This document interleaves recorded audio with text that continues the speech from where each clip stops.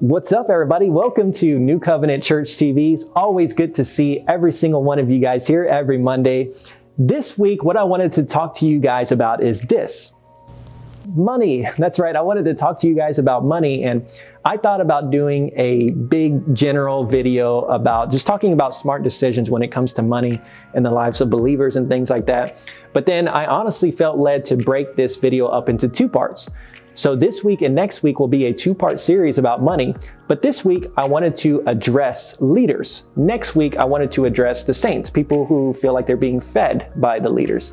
So if you're not a leader in today's message, you should still stay tuned because you can get some very valuable things from this lesson that you can use in your own personal life as well. So please stay tuned. Now, I want you guys to really listen to me here. You can go online and you can find a bunch of statistics about people trying to put a number on the amount of churches and ministries and leaders that fail every year. And at the end of the day, we really can't put a number on this thing, but I would agree and I would bet that there are many ministries that fail every year. And that statistic right there in and of itself should make us step back and say, wow, that's alarming, because we as ministers, when we start ministries, we feel like God himself is leading us to do this ministry, right? So why does it fail? We should ask ourselves that question. Why does it fail? And we always try to come up with like a spiritual excuse of why things don't work out. The brook dried up. God is moving me somewhere else. God has something better in store. God wanted to teach me this, so he allowed me to start a ministry. He told me to start a ministry, and then he let it fail so that he can teach me this. We always try to put like a spiritual reason, but I would bet at the end of the day, there is one reason why many ministries out there are failing today.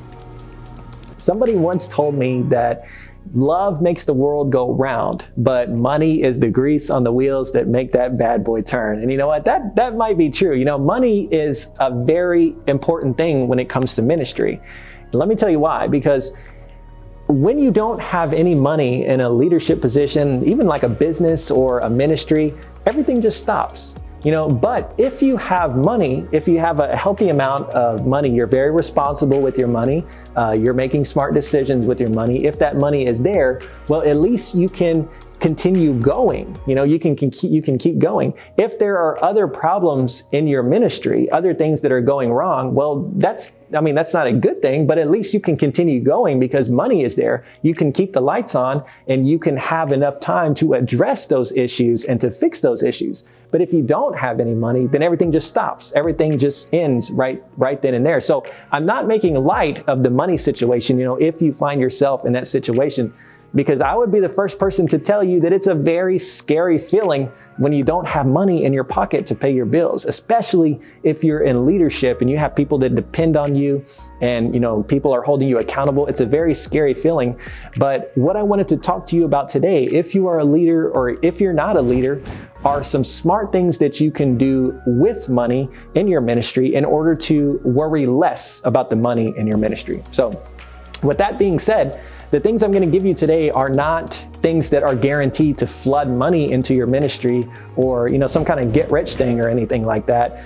But they can, if you allow them, they can help you worry less. And one thing I can guarantee you is that the areas in your life that you worry less in, God moves more in. And so if you apply these things and you begin to worry less in the area of money, then I believe that God will begin to move more in that area and you'll be well taken care of. The first piece of advice that I would give you guys, if you are a minister, that you can do to make a smart decision with your money is something that a lot of people probably aren't going to like, but I'm going to say it anyways. The first thing you can do is get a job. If you are a leader or a minister, get a job. Word for the day is job, J-O-B. I don't understand why leaders and ministers think that they just don't have to work. Why can't we work? What's holding us back from getting a job so that we don't have to expect the ministry to take care of our bills? I see it all the time.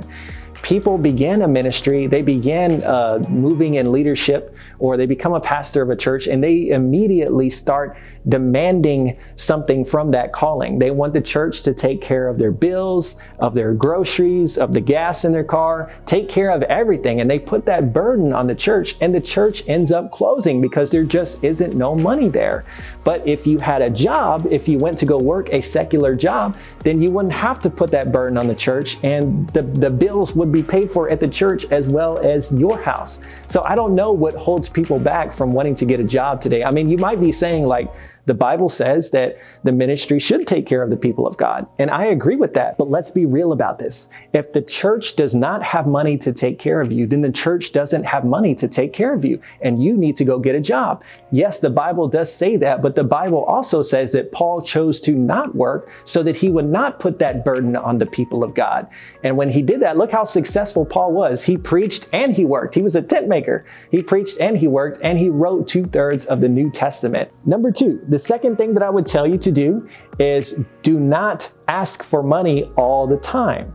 Now, there's nothing wrong with asking for money for the work of the Lord, right? To advance the kingdom of God. But you know as well as I do that when you do it all the time, it is a turnoff to the people around you. Now, these people aren't going to tell you to your face, but they're going to be thinking that person needs to go out and get a job. I can tell you that because I've thought that myself a few times.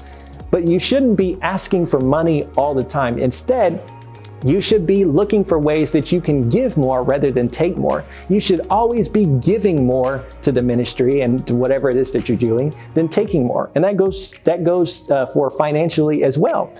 You should always be waking up looking for ways to add more value into your ministry, not looking for ways that you can take more from the ministry and be provided for. But you should wake up and say, how can I bless more people today with my ministry? How can I give more to people today? How can I give more away other than take more? Number 3, the next thing that I would tell you to do if you are a minister is to not splurge. Common sense, spoiler alert right there. That applies to anybody out there, anywhere. We should have common sense enough to say to not splurge, which means to not spend money on things that we just don't need, or don't spend money on things that will put us in trouble, that will put us in a hole if we spend it. You know, it's okay to have nice things. Everybody wants to have nice things. I want to have nice things too. You know, one day I want to have a nice brick home. I don't want anything big, you know, but just a nice small brick home. I don't want a swimming pool or anything like that, but I would like to have a jacuzzi though, something that I can chillax in after a long day, but that's another story. It's not splurging if the money is there and it's not going to put you in a hole to do it, right? But what a lot of people like to do today, especially ministers, when they see that the money's there, is they like to spend it on things that they don't need, and they start acting bougie and they start trying to spend money on things that they just don't need. And what it does is it puts the ministry in a hole, and it puts yourself in a hole, and it puts an unfair burden on everybody. Now, for a bonus tip, I actually hesitated to say this because I know that this is a hot topic. And it's okay if you don't agree with me on what I'm about to say. Just fast forward all the way to the end of the video, but be sure to share it before you leave.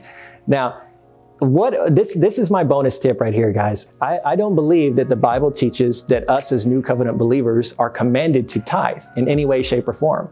I just don't believe that. I don't believe that the Bible suggests that we are to tithe, that there is a blessing tied to the tithe, or that God will bless us or pour out something if we do tithe. I've done my extensive research, and I've come to the conclusion that it's just not there. Now, again, you might disagree with me. That's okay. But I have done my research and I've seen that it's just not there. So I don't teach that the people in my church personally, that I don't tell them that they need to give me or the ministry 10% of their income that they make at their jobs. And what I found that to do is to free them up, and they feel like, wow, you know, I don't have this burden on me, therefore I want to give more. I want to see this go forward, and I want this to be a blessing to others. Therefore, I'm going to give whatever it is that the ministry needs. Now, I don't do it that way because, you know, oh, I know if I do it this way, they're going to want to give more. I just don't see it biblically. That's why I do it. But I said that to say this, that as a minister, when you don't put obligations on people, chains on people, rules on people, then people are going to feel more freer and they're going to want to give more. So you might, again, the tithing thing, we can put that aside. You know, there are people at my church that do tithe, and I don't stop them from doing it because they just like to do it. Now, if they told me, Jamie, I'm going to give 10% because God commands me in the Bible to do it, then I'll try to tell them otherwise. But if they simply do it because they like doing it, I've even done that before. I went to a church where I gave 10%, but I didn't believe in tithing. I just liked the number. I just liked the percentage. And I just liked being able to give something from my money to the church that I believed in, every week. And so, but if you're doing it because you feel obligated to do it, or you won't be blessed if you do it, that's when I think it's wrong. But I'm not going to argue with that. I said that to say that if you don't put burdens on people, then they're going to feel more freer to give most of the time. So, my friends, if that message blessed you, I hope it did, and I hope that you understood it. I want you to share this message so that the other people on your news feed can be blessed by it as well. And I look forward to seeing you guys here next week on New Covenant Church TV. I'll see you guys then.